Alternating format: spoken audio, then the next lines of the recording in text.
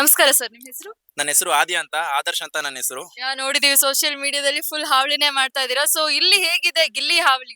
ಗಿಲ್ಲಿ ಹಾವಳಿ ನೋಡಿದ್ರಲ್ಲ, ಒಂದು ಮೂವಿ ರಿಲೀಸ್ ಆದ್ರೂ ಕೂಡ ಇಷ್ಟೊಂದು ಜನ ಸೇರಲ್ಲ, ಅದಕ್ಕಿಂತಲೂ ಜಾಸ್ತಿ ಸೇರಿದ್ದಾರೆ ಅಂತ ಹೇಳಕ್ ಇಷ್ಟಪಡ್ತೀನಿ. ಈ ರೇಜ್ಗೆ ಹುಚ್ಚಿಡ್ಸಿದಾನಂದ್ರೆ ಇಲ್ಲಿ ನೋಡಿ, ಆ ಬಾವುಟ ನೋಡಿ, ಅವ್ರು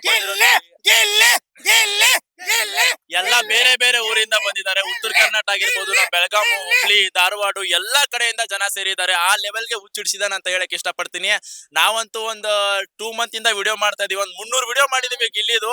ಆ ಓಟ್ ಹಾಕಿ ಕೇಳ್ಕೊಂಡಿದ್ದಕ್ಕೆ ಇವತ್ತು ಒಳ್ಳೆ ರಿಸಲ್ಟ್ ಸಿಕ್ಕಿದೆ ಅಂತ ಹೇಳಕ್ ಇಷ್ಟಪಡ್ತೀನಿ. ಆದ್ರೆ ಇನ್ನ ಒಳಗೆ ಇದಾರೆ ಕಂಟೆಸ್ಟೆಂಟ್ಸ್, ಇನ್ನ ಒಬ್ರು ಕಂಟೆಸ್ಟೆಂಟ್ ಹೊರಗ್ ಬಂದಿಲ್ಲ, ಇನ್ನ ನಡೀತಾ ಇದೆ ಶೋ. ಸೊ ಯಾರು ವಿನ್ ಆಗ್ಬೋದು ಅನ್ನೋದು ನಿಮ್ಗೆ ಗೊತ್ತೇ ಇದೆ, ಆದ್ರೂ ಕೇಳ್ತೀನಿ.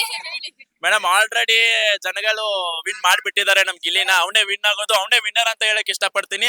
ಸೊ ಆಲ್ರೆಡಿ ಅಪ್ಡೇಟ್ ಬರ್ತಾ ಇದಾವೆ ಸೋಷಿಯಲ್ ಮೀಡಿಯಾದಲ್ಲಿ, ಅಲ್ಲಿ ಇಲ್ಲಿ. ಡೈರೆಕ್ಟ್ ಆಗಿ ಹೇಳ್ತೀನಿ, ಗಿಲ್ಲಿನೇ ವಿನ್ನರ್. ಸೆಕೆಂಡ್ ರಕ್ಷಿತ್ ಅವ್ರು ಬಂದಿದ್ದಾರೆ, ಥರ್ಡ್ ಅಶ್ವಿನಿ ಅವ್ರು ಅಂತ ಹೇಳಕ್ ಇಷ್ಟಪಡ್ತೀನಿ. ಸರ್, ಒಂದು ವೇಳೆ ಗಿಲ್ಲಿ ಗೆಲ್ಲಿಲ್ಲ ಅಂದ್ರೆ ಇಲ್ಲಿ ಜನಸಾಗರ ನೋಡ್ತಿದ್ರಲ್ವಾ, ಅವರೆಲ್ಲ ಏನ್ ಮಾಡ್ತಾರಂತ ಇಮ್ಯಾಜಿನೇಷನ್ ಮಾಡಕ್ ಆಗಲ್ಲ. 46 ಕೋಟಿ ಓಟ್ ಬಂದಿದೆ, ಸುಮ್ನೆ ಅಲ್ಲ. ಸೊ ಅವ್ನು ಗೆಲ್ಲಿಸ್ಲಿಲ್ಲ ಅಂದ್ರೆ ಅದು ಇಲ್ಲಿ ನೋಡಿದ್ರಲ್ವಾ ಕ್ರೌಡ್, ಅವರೆಲ್ಲ ಏನೇನ್ ಮಾಡ್ತಾರೋ ಹುಚ್ಚಿಗೆದ್ದು ಅಂತೂ ಗೊತ್ತಾಗಲ್ಲ. ಆ ಲೆವೆಲ್ಗಂತೂ ಹುಚ್ಚಿಡ್ದಿದೆ ಎಲ್ರಿಗೂ. ನೀವು ಹೊರಗಡೆಯಿಂದ ನೋಡಿದ್ದೀರಾ ಬಿಗ್ ಬಾಸ್, ಯಾವ ತರ ಗಿಲ್ಲಿದು ಕ್ರೇಜ್ ಇದೆ ನೋಡಿದೀರ. ಆದ್ರೆ ಗಿಲ್ಲಿ ಸೋಲೋ ಮನುಷ್ಯನ.